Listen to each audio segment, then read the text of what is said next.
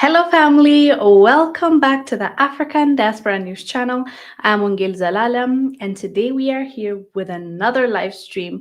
We are here with an update. We've been talking about the Somali Trump debacle, the back and forth, the insults, the pushback, all of it.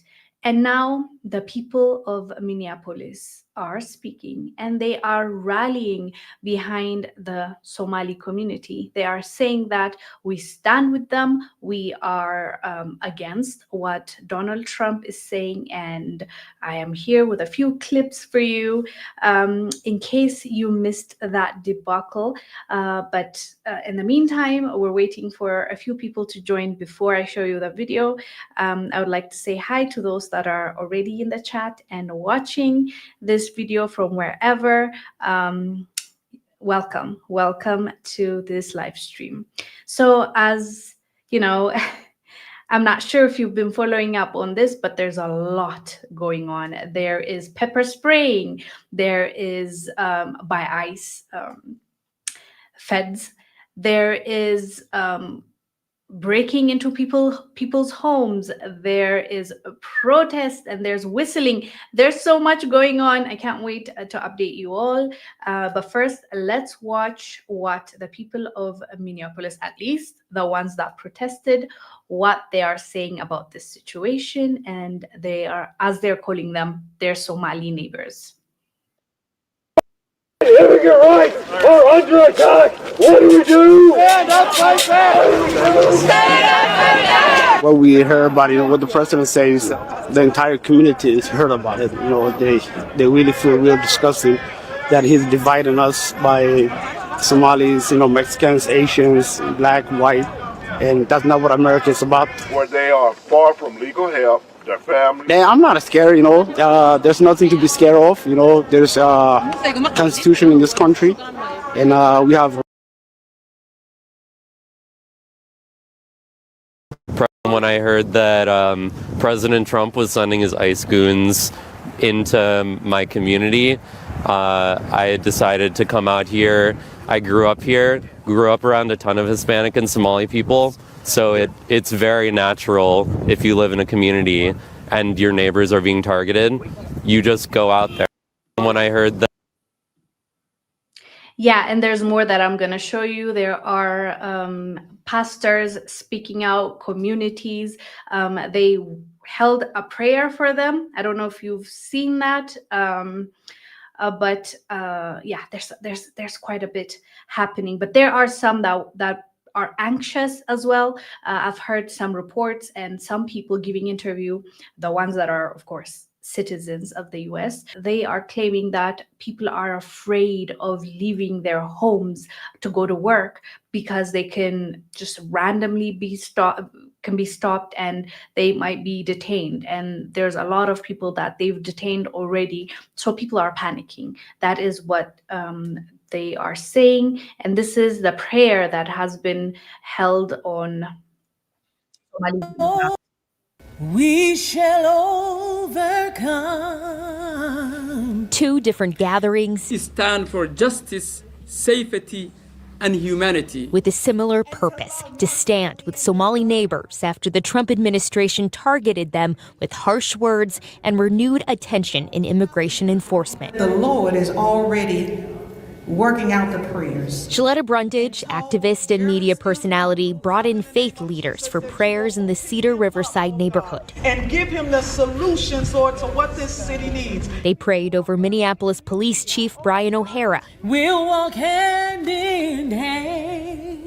And asked for protection of those impacted by the president's words. We're going to go the wrong way if we keep taking in garbage into our country. Meanwhile, in the Lindale neighborhood, multi-faith leaders preached that all people have more in common than they are different. No human being is garbage. Right. No human being is garbage, Mr. President, and shame on you for saying so. From a Lutheran church to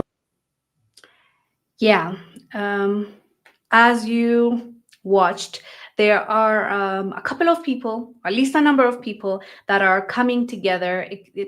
Not just the protesters, but also the ones that are community leaders, religious leaders that came together to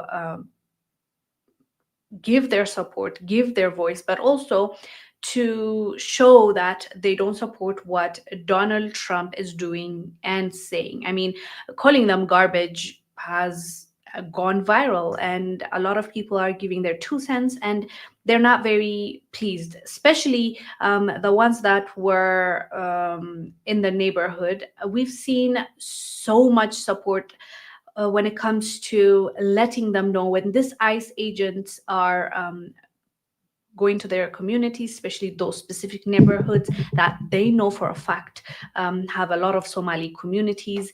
The people will start whistling. They've even created their own way of protecting them. They will start to whistle. They will start to tell the people that these people are coming, run, do what you need to do, hide. And I have not seen this happen before. Let me show you.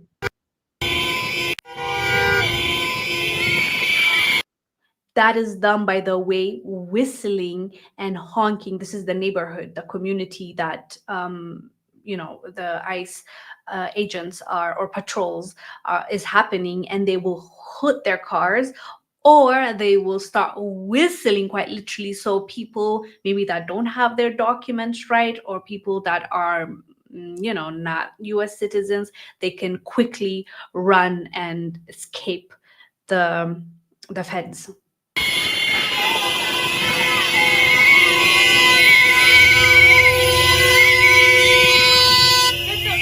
But you're seeing the support that they're receiving, right? I know people are from different perspectives. Some believe that they should go regardless. Some believe that they should stay, they're entitled. But clearly in their neighborhood, they are getting support. Like this video shows you that.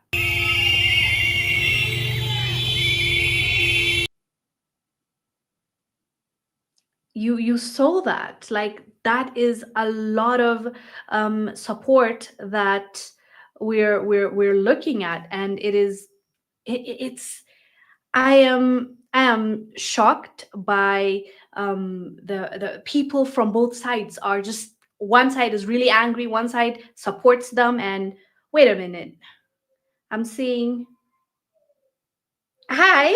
Wait, let me add Philip to the stage. Hello, sir. We can't hear you, Philip. You're on mute.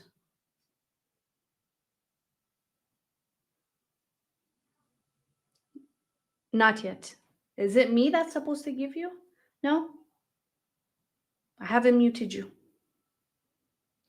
Until you figure it out. I can't hear you.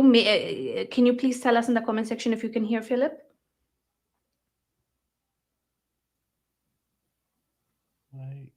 Yeah. Philip, talk. You can hear me? Yes.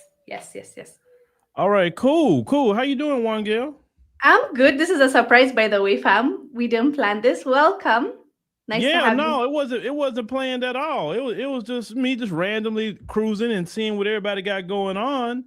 And so I saw you talking about the rally about the Somalis. What's going on with that, real quick, Wongel? Yeah, so the update is that the people in Minneapolis, a number of them, went out to show support and to protest against what Trump said. They were holding signs. Quote, I'm quoting them. They're saying that we stand with our neighbors. We will protect them, as well as we've seen. Like I can show you, or maybe you watched the video. No, I'm getting a recap from you. I'm listening. Okay, whistling and hooting their cars whenever the ICE cars come through the feds. They will alert them so they can quickly hide, and they're not caught by the agents. So we're talking about how religious leaders, as well as the mayor and the authorities in Minneapolis, giving their green light of protection, as well as we're against Trump is the message they're sending. Okay. All right. Cool. Well, I have to ask some questions because clearly you're not in America, right? Mm-mm. Okay, all right. So can I respond to somebody real quick before I came up? I saw somebody say some things. Go ahead. Okay. First of all, Wongel has never lived in America. Wongel is not an immigrant to America. I don't even have no immigrants to America even on this channel. Even if I did, that's my choice. That's number one. Stop being stupid. I'm just keeping it 100. Stop being stupid, because my tolerance level is getting very low to those kind of things. So I'm about to get in a blocking spree. I'm telling you what I'm going to do, right? Number two, every story has its own nuance. So, of course, we know the context, right? So really what it is, Wongel, so when people immigrate here to America, they make a mistake. So, like on a continent, remember when we was in Ethiopia and you was telling me about, is it the Oromo or the Amhara? Which one that don't even want to call themselves Ethiopian? Well, there are a few of them, but the main culprit may be Oromo. Okay, Oromo. Okay. So in your homeland of Ethiopia, everybody just delineate from each other, right? Unfortunately, many African countries, including my own, are tribalistic. Tribal. Okay. So what they do, Wongel, is that in America, we have a system like a system of race. It's not like tribe or something like that. So what they do, so America is a very special country. You have all these different people coming into a country with different ideologies. And what's really happening, it'd be like if you put tribalistic Kenyans, tribalistic Ethiopians, tribalistic Somalis, all these different people that's very tribalistic, and say, put them all in one country and say, all right, y'all live together. Would that be a problem? Mm-hmm. Okay. All right. So what it is that in America, what happens is that they bring the same tribal mentality, because what they do, they look at us kind of like a opposing tribe.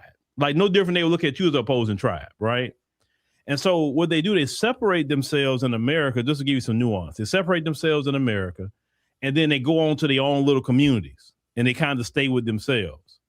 But the issue that we have is that it's cool if you do that, but when it comes to white people, they'll start taking like some, not all, please no, not all. But there are some that would take some white supremacist talking points and relay that on Black Americans, right? So that's really some of the issue, because if you notice, like some people supporting them, but even the legacy civil rights organizations like the NAACP, the Urban League, which is, they support immigration, right? They haven't even came to support them. And so the issue is here in America, because we're the dominant group, just to give you some education about it. Since we're the dominant group and we've always been one to defend, we have practiced with our Pan-Africanism more than any other group. Okay. We have an attitude like, if you Black, we all, you Black like us, hey, you family. But what's happened is that people immigrate to, and then they kind of want to do the tribal thing they did in their home country, if it makes sense. Mm-hmm. And then what happens is they get in trouble with white supremacy here. And listen, we have the PhD in white supremacy. So if they just research our history, they can see that. So what I always say is, just come break bread with us. We'll give you the game. We'll teach you the country, all of that. And then when you get in trouble with white supremacy, then now you got 43 million Black people that's going to be on your side, because, hey, you part of us now. We kind of got you in the community. So let me ask you a question, Wongel, just off of what you know. I mean, they got Somalis in Eastleigh and stuff like that. Do they ever even want to talk with Kenyans or assimilate with Kenyans? Well, it's interesting that you asked that question. As I'm doing this, preparation for talking about what's happening, I've been seeing videos being created, comment sections, and a lot of Kenyans feel like they do the exact same thing in Kenya, is what I've read. I'm not saying I've experienced it. I haven't. But that's what people were saying, that they feel like they don't integrate, but they also feel like they don't see themselves, in the same group. And that's what I've been uncovering or realizing. Okay, so so usually when people do the same thing, no matter where they go, it's a cultural issue. So it seems like they have a very exclusive exclusivity culture. They don't want to break bread with nobody else. I think their religion plays a part in that too.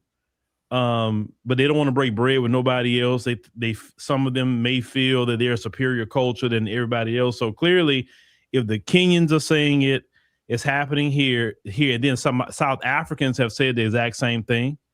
So it's that culture. No different if we talk about like you know like the reputation of a lot of Nigerians on the continent. I mean, should we go there? I mean, your culture kind of precedes you no matter where you go. So I think what's happening is that, and they say, well, some people talking about Somalis, but I think that their culture is being put to the forefront right now. And I don't think they like the light that's being shown on their culture. Yeah, I've also, I guess, in light of this, after Trump said what he said, we're also seeing a lot of videos like content creators going to those areas, neighborhoods. I don't know if you've watched any of them, and they'll try to interview Somalis, and they will ask questions like, "How do you feel about this? How do you?" And like I would say, majority of the ones that they approach, they don't speak English, and the people were making a point of like, if you want to live in America and you're saying that you are both American and Somali, shouldn't you also be speaking the language, or at least attempt to speak the language? And that's something I also realized just now, if I'm being honest. So yeah, I hear what you're saying. Well, let me tell you about that. So what a lot of people do in America, Wongel, is they get in these little enclaves and they just surround themselves there. So when they surround themselves, they don't really need to speak much English because all their people is right there. Like Latinos got certain spots even here in Texas. Well, let's say like if you go down to the valley, even though a lot of people speak English down there, but there are some people that don't speak English on the Texas, Mexico, Rio Grande area, right, in those counties. So some people just don't. Now, a lot of younger people and a lot of people speak English. Everything's in English. Nothing is in Spanish. But I'm just saying that they got people in those areas that's predominantly like those groups. They speak their language and they don't even have to learn English. So that's their problem. They're too packed in those areas and they're not like, spreading out where they can go learn. Now, of course, the younger people, from what I've seen, of course, they know English, of course. But they just get in these areas and they'll be here 20, 30 years and don't speak a lick of English. And that's also really, some of the issue with them as well. But let me ask you a question, Philip. Like, do you think it would make a difference? Let's say if they assimilate, like they speak the language and they see themselves like other communities once they travel, especially like I would say second generation diaspora African people or Caribbean, from what I've seen, they tend to be more culturally more American than even their own back home, and they're seen as outsiders themselves. So you think if they would have made an effort, at least the older generation, it would make a difference? Yes, it would make a difference because the mistake all of them made, not just Somalis, but all of them that came here, even from the Caribbean, is that they did not come to the table with Black America. Okay. And what I said in my live stream about the Somalis, they should have went talk to the Nation of Islam. They should have went broke bread with them. They would have got them all. They practice the same religion. They may have some different things they may believe different, but they both reading the Quran. So if anybody, you should have went join with the Nation of Islam. They Black America. They would have gave you the game in America to help you assimilate into the country. You should know the nuances of any country you move to. You should know at least a little bit of the history. You should know certain holidays. You should know certain gestures, like certain countries, they said like Singapore. If you go to Singapore and spit on the ground, watch what happens to you. But that's when you learn in the culture of that country. Right? In America, you can spit on the ground. That ain't gonna do you nothing or whatever, right? In America, in the African continent, you see this. If a man has to use the restroom, he just whip his stuff out and just start peeing. Do that in America, you're going to get a charge and probably get on the sex offender list. But in African countries I've seen, the dudes who walk around, whip their stuff out, pissing everywhere. Like, I'm like, what kind of Neanderthal are you doing that, right? But I'm saying, so every country has this thing, and maybe certain things, like, for instance, what could a foreigner say in Ethiopia that really get people pissed off? Foreigners. Yeah. When they're not respectful of, let's say, their religion, like it's a very conservative country. So Right. like if the way you're dressed, like for example, a week ago, there was a TikTok award that was held in Ethiopia. It was a huge event. And some TikTok creators, and these are Ethiopians themselves, decided to go the risky way, like dress up a little bit too Western, okay? And guess what? They're currently in jail. They've been arrested. So, like, for example, foreigners come and they try to dress up the way they dress up in their own countries, a bit too naked, a bit too revealing. They might even go to jail. And especially, like, let's say if you're doing anything that has to do with alphabet, LGBTQ, you might get stoned. It's not even a might. So yeah, there are cultural differences. Like, there are things that Ethiopians don't play with at all. Okay, all right. So, and I know that about your country. So in your homeland, it ain't showing all the boobs. It's not showing all the booty. It's not showing any of that mess. It's not. You don't see a bunch of women tatted up out there in Ethiopia. You don't see any of that, right? So if you show up out there to Ethiopia and you that type and you think you're gonna live like that, like you got to go to South Africa with that, because that's America Light. I always call it America Light in South Africa. You can do that over there, but you better not do it in Ethiopia. Like you said, you go to jail, or if anything, you get surrounded. Like, what the hell you got going on? But once again, if you're gonna go somewhere, you need to learn the culture, assimilate to what's going on there. That's what I'm saying. So every country has its thing. Every country has its thing. And if for anything, you should learn to keep you out of trouble, and so you could thrive in that country. If it makes sense. Yeah, no, it does make sense. It does. Okay, Wongel. Well, I didn't want to throw your show off. I just wanted to check in on you. No. I like it. I'm enjoying this, but I also have another question, I guess. Okay. Since we talked about the Somali community, and I'm sure there are lots of communities in America that might not have done that to the same degree of like excluding. Will be your advice? How do you see this happening? Like, as you said, it would have made a difference if they've assimilated and they were involved in more things. So what would your advice be to those that don't have the intention to separate themselves, or like that? So well, the best advice, and I see I guess some of my South African brothers and sisters down there, so they clean in South Africa too. Right on. You got to clean it up. You can't listen, I respect the laws of any land. When I went to Ethiopia recently, Wongel's home, I had to go get a visa. I had to pay for it. I had to send my pick, and they had to give me approval, and I had to come through the front door with my visa, and they had to stamp my passport and told me, have a great time. Welcome to Ethiopia. You have to come in. Okay, number one. Number two, if you're coming as a refugee, take it as a gift and appreciate it. Don't come to the country that's trying to do well for you and scam. Because see, Wongel, we having that issue too, right? We got that's really what shined the light on the Somalis, actually, was a big scam. And the federal government, about 78 people on this scam. They defrauded the government in hundreds of millions of dollars during the COVID relief time. This one guy, for instance, Wongel said he charged the federal government for feeding 6,000 kids in a day. Now, no popular restaurant in this country is feeding 6,000 people in a day. So we're having that going on, Wongel. We had a Haitian congresswoman. She's Haitian American, though. And she got recently indicted for scamming millions of dollars. You just had a Nigerian immigrant that worked in healthcare. He stole the identity of two people. One was dead. He was collecting money on the dead person. And one had a brain injury, Wongel. And this guy was stealing, I think, up to, they said report 7 million, but they say it could be up to 9 million. He had 80 plus properties in Nigeria. He was sending all that money back to Nigeria, and he was on the plane actually to go back to Nigeria. He was fleeing the United States. So what I'm saying is, and in the African continent, there's no such thing as just giving you free housing, right? No. Okay, there's no such thing as giving you free food every month just because you need it, right? No. Okay, there's no such thing as like if you get pregnant, you can go to the government and say, hey, I need milk, eggs, cheese, and all this because I just got pregnant. Will they give you anything for that? I don't believe the government does that. There might be NGOs and organizations. No. We're talking about the government. No. I don't think so.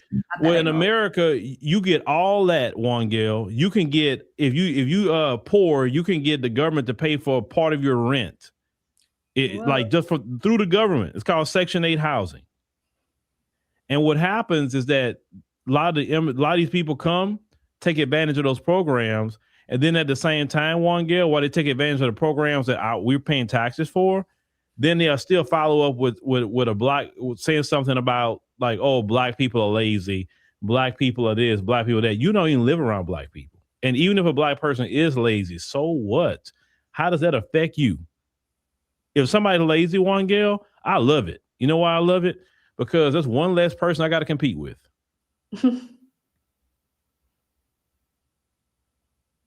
If that makes sense. So, yeah. One more thing. So what do you say to those people that push back and they say, yes, like this 70 plus people scammed, or yes, there was someone that did this, a Nigerian or a Haitian here or here and there, but does that define everybody else? Should we, the same way Donald Trump generalized and called all of Somalians like garbage, is it fair to the others that probably are not involved in this kind of stuff and they don't support that? Like, doesn't that is generalization okay? I would say no. You know, I don't support that. Not at all. I don't think nobody should be labeled like, because listen, let's call it what it is. When Trump said that was all birthed out of racism. But the reason why he could do it is because Black immigrants in America, or African immigrants, Caribbean immigrants, have decided they don't need us. They have decided collectively, not individually, collectively, they don't need us. Some of them feel they're better than us. Yes, some of them do come over here thinking they're better than us. It's weird. It's a weird dynamic. So because of that, they separate themselves, Wongel, into these little communities, right? And then Wongel, what they even do, like even the Somalis, they have Ilhan Omar, which is their congressional representative. She only wants to fight for Somalis, even though she would have never been allowed to come in this country if it wouldn't been for the fight of Black Americans during the Civil Rights Movement.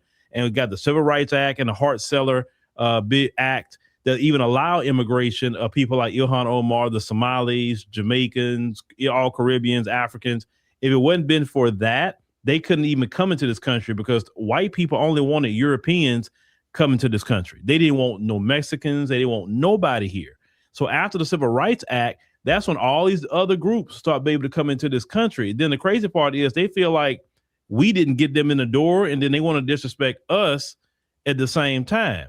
And South Africans go through this too. That's why I always tell people it's easy for me to relate more to South Africans because of what they went through with apartheid is kind of very similar to Jim Crow. And then they get disrespected as well by other African immigrants. They South Africans are called lazy. South Africans are called all kind of names. But then you keep flooding to South Africa. Why? You know, like I said, you got your own homeland. Don't call people lazy. I mean, they created a place for you to come to. Why are you going to call them lazy? So I get why they get upset about everybody flooding, South Africa. I get it. Yeah, I guess maybe the difference between South Africa and US is maybe South Africans, the way they've been handling it's been, a little bit too rough from what I've seen, I would say, stopping people from getting medical treatments. Like it's more like aggressive and in your face from the videos I've watched or, but I get that. I get the similarities between South Africa, even when it comes to white-black dynamics. A lot of African countries won't get it as much as a South African would get it when it comes to, racism and white supremacy, because a lot of African countries, they left, they said, oh, you got your independence. And then, after colonization, they packed up and went. But, the new colonization is still there. But a lot of people on the ground, they don't face that direct racism, direct discrimination, direct in your face. So they feel like, or rather, we feel like we don't see what the white man is doing, right? But behind the scenes, they're running everyone in every country, almost every country now, thanks to a few, Sahel countries, but they do. So I do get the similarities between South Africa and America. but I think it's an interesting conversation to have, because now I think it will open a lot of people's eyes, those that maybe have not noticed how important it is to have the relationship with the local, like it might not be just America but other countries as well. Like when you are in someone's country, you should at least make an effort to have a relationship, a good community, sense of community. And I hope others are taking notes as well, other communities. Yeah. Yeah, well, in the deal in South Africa, it's twofold because I've met some great Zimbabweans in South Africa. They told me some of their stories, and I feel for them. And I've told other South Africans, say, look, the reason why a lot of Zimbabweans are here is because of them sanctions they put on after Robert Mugabe took the land from the white folks. Okay. Because for a long time, Robert Mugabe wanted Britain to just go ahead on and pay them the money for the land. They wouldn't do it. So he said, look, I'm going to take the land. He took the land, then they sanctioned Zimbabwe and crippled Zimbabwe's economy. And Robert Mugabe is, gone on with the Lord, and they still sanctioning Zimbabwe, even after he's gone. Obama didn't even take the sanctions off. Go ahead. They're even paying, Zimbabwe government has started paying, or they're about to pay the white farmers that the land was taken from. Yeah. And it's only 4,000 white people that had land, 4,000. And they're crippling a country of a couple of million people because 4,000 white people that didn't even belong there. Because you remember it's called Rhodesia. Ian Smith was the one running it.